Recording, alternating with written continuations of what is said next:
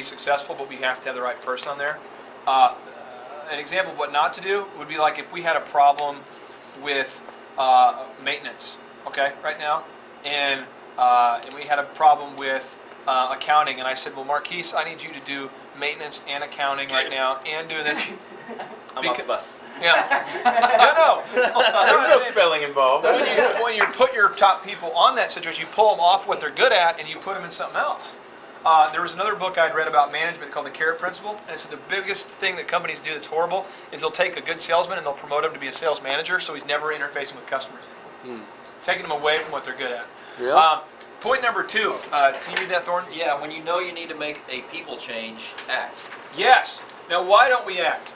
Because fear, the uneasiness of, like trying to fire a friend or... Feelings. Or, feelings. Let's just boil it down to feelings. Emotion.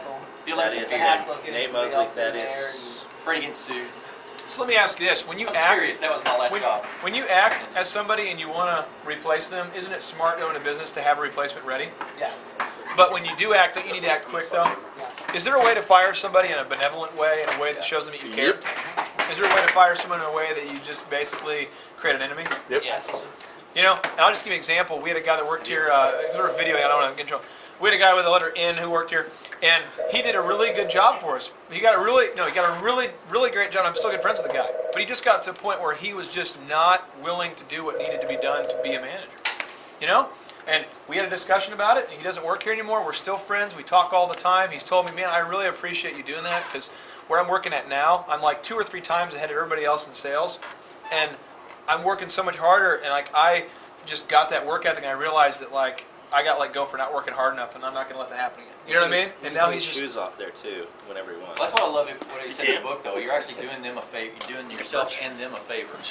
Yeah, you let them not waste their time. Done right, they'll appreciate it. Have any of you guys ever played on a sports team or a kind of sport where you weren't good at it, but your parents wanted you to play on it? Like soccer was a sport where like my neighbors wanted me to play soccer. That was what got them to do. They all play soccer. I hate soccer and I hate running. I don't like either one of them. So, like, they're like, well, you should play soccer. So, like, 3rd grade, I'm playing soccer. 2nd grade, I'm playing soccer. I do not like it as a sport. I just don't respect it. I don't like it. I don't want to be around it. So, even, like, as I got older, I'm like 4th grade, 5th grade. I don't like it. You know? I don't like it. And no matter what, but, like, basketball, I love it.